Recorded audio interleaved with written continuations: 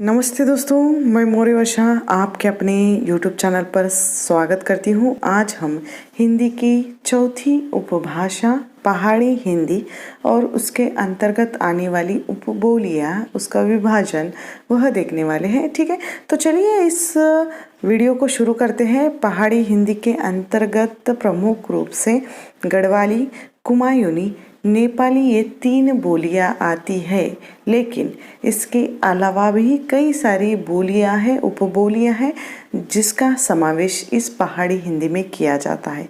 ठीक है, प्रमुख रूप से नेट के पाठ्यक्रम में तो 3 ही बोलियां रखी गई हैं, गढ़वाली, कुमायूनी और नेपाली। इसका तो परिचय हम देखेंगे, लेकिन पहाड़ी हिंदी का जो अर्थ है इसको भी हम देखते हैं। ठीक है, पहाड़ी हिंदी का अर्थ है, पहाड़ी हिंदी बोलियों को 3 भागों में विभाजित किया है, जैसे पूर्वी पहाड़ी, पश्चिमी पहाड़ी और मध्यवर्ती पहाड़ी।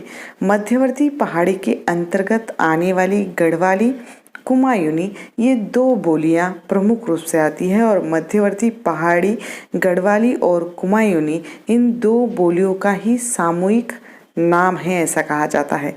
और नेपाली जो पूर्वी पहाड़ी की बोली है, इन बोलियों का लोक साहित्य पर्याप्त मात्रा में जो उपलब्ध है और साहित्य भी कुछ मात्रा में उपलब्ध होता है। ठीक है, अब प्रमुख रूप से जो पूर्वी पहाड़ी है, यानी पूर्वी पहाड़ी, पश्चिमी पहाड़ी और मध्यवर्ती पहाड़ी, इस तरह हम विभाजन कर रहे हैं, तो उसी तरह हम इसका अध्ययन भी करेंगे। पूर्वी पहाड़ी के अंतर्गत प्रमुख रूप से नेपाली यह बोली आती है और नेपाली का जो अर्थ है, पूर्वी पहाड़ी की प्रधान बोली नेपाली है। इसे गोरखाली या खसकुश भी कहते हैं। यह आपको याद रखना है कि नेपाली को गोरखाली या खसकुश भी कहते हैं। यह नेपाल की राज्य भाषा है। नेपाल राज्य की अधिकांश प्रजा की भाषाएं तिब्बती चीनी वर्ग की है, जिनमें नेवार जाति के लोगों की भाषा नेवारी मुख्य है। 1961 की जनगणना के अंतर्गत नेपाली को पूर्वी पहाड़ी के अंतर्गत स्थान दिया गया था, यानी विभाजन करते समय पूर्वी पहाड़ी में इस नेपाली बोली को स्थान दिया गया है। अब इस बोली का जो उद्भव विकास है, इसमें शोर श्रेणी अपभ्रंश से यह विकसित हुई है। क्षेत्र इस भाषा का जोनसार, सिरमौर, शिमला, मंडी, चंबा तथा उसके आसपास का जो क्षेत्र है वह इस बोली का यानी नेपाली का है। साहित्य, इसमें केवल लोक साहित्य उपलब्ध है, यानी साहित्य इसमें नहीं मिलता है, सिर्फ लोक साहित्य मिलता है। अब दूसरी जो भाषा है, इसका विभाजन जिस तरह हमने किया है, पूर्वी पहाड़ी, पश्चिमी पहाड़ी। अब पश्चिमी पहाड़ी के अंतर्गत इस पहाड़ी बोली का संबंध मारवाड़ी से या मारवाड़ी बोली से अधिक माना जाता है। ठीक है, यह भी आपको याद रखना है, किस बोली का संबंध किस बोली से माना जाता है, तो ये मारवाड़ी बोली से अधिक संबंध है, ऐसा माना जाता है पहाड़ी का, यानी पश्चिमी पहाड़ी का। इसका क्षेत्र है, इस बोली का क्षेत्र पंजाब के उत्तरी पूर्व पहाड़ी भाग में भद्रवाह, चंबा, कुल, मंडी, शिमला, चकराता और लाहौल स्पीति तथा उसके आसपास का जो क्षेत्र है वह पश्चिमी पहाड़ी का क्षेत्र है। इस पश्चिमी पहाड़ी की बहुत सारी उपबोलियां हैं।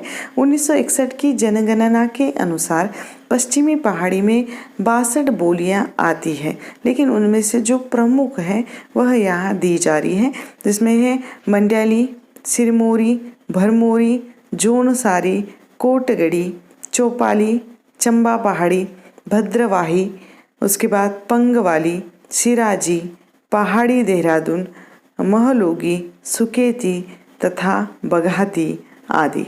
ठीक है, अब यहाँ पर पहाड़ी हिंदी या पहाड़ी पश्चिमी पहाड़ी की विशेषता हम नहीं दे रहे, पश्चिमी पहाड़ी की जो मुख्य रूप से बोलियाँ है उसकी विशेषताएं यहाँ दी जा रही है। ठीक है, तो इसमें प्रथमता जोनसारी जो पश्चिमी पहाड़ी की एक प्रमुख बोली है और ज़्यादा संख्या में बोली जाती है, उसकी विशेषताएं इस तरह है। जोनसारी बोली की कुछ ध्वनि परिवर्तन जो इस तरह है कि जैसे स के लिए छ का प्रयोग होता है, हम सत्यानाश कहते हैं, तो यहाँ पर छत्यानाश। ठीक है, द ज, खेद खेज, लोप याद यानी याद के लिए वास्ते आस्ते। ठीक है, इस बोली में अल्प प्राणीकरण की प्रवृत्ति भी मिलती है, जैसे था के ता, भाई, बाया आदि। ठीक है, जौनसारी बोली में संज्ञा के निम्न रूप मिलते हैं, जैसे घोड़ा, घोड़, घर, घरों आदि। जौनसारी में प्रयुक्त कुछ सर्वनाम भी इस तरह है कि जैसे हाउ, मैं, टाऊ, त्यों, सो, एऊ, एजा आदि। जौनसारी बोली की कुछ क्रिया निम्नलिखित है, जैसे चल दो, मारदा, चलो, मारी, चलीकर, देखरी आदि। इस बोली की सहायक क्रियाएं निम्नलिखित है, जैसे ऊ, ओ, हूँ, असो, ओ, आ, थो, था, थी आदि। ठीक है, इसके बाद पहाड़ी यानी पश्चिमी पहाड़ी की दूसरी जो प्रमुख बोली आती है उसकी कुछ विशेषताएं इस तरह है कि सिरमौरी बोली की विशेषताएं, उसमें प्रथमता है सिरमौरी जो बोली में आदि ह का लोप और ह का आगम दोनों मिलता है, जैसे होना, ओना, हिरन, इरन। ह का आगम यानी और, होर, यानी कहीं कहीं पर ह का लोप होता है तो कहीं कहीं पर उसका आगमन भी होता है। सिरमौरी बोली में अ, ओ, औ, ई, ए तथा ई, उ, ओ में आपसी परिवर्तन भी मिलता है। सिरमौरी बोली में संज्ञा के निम्न रूप मिलते हैं, जैसे पेड़ यानी पेड़, पेड़ों, किताब यानी किताबों, बेटा यानी बेटों आदि। सिरमौरी बोली में प्रयुक्त कुछ सर्वनाम इस तरह है, जैसे आ, आवं, हाँ, हो, मी, मेह, तू, ताई, तेस, तेसी आदि।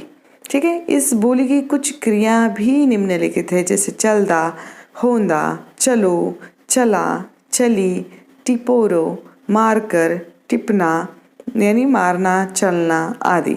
सिरमौरी की या सिरमौरी बोली की कुछ सहायक क्रियाएं भी इस तरह है, जैसे असु, असु, असे, अस, स, सो, था, थी, थे आदि।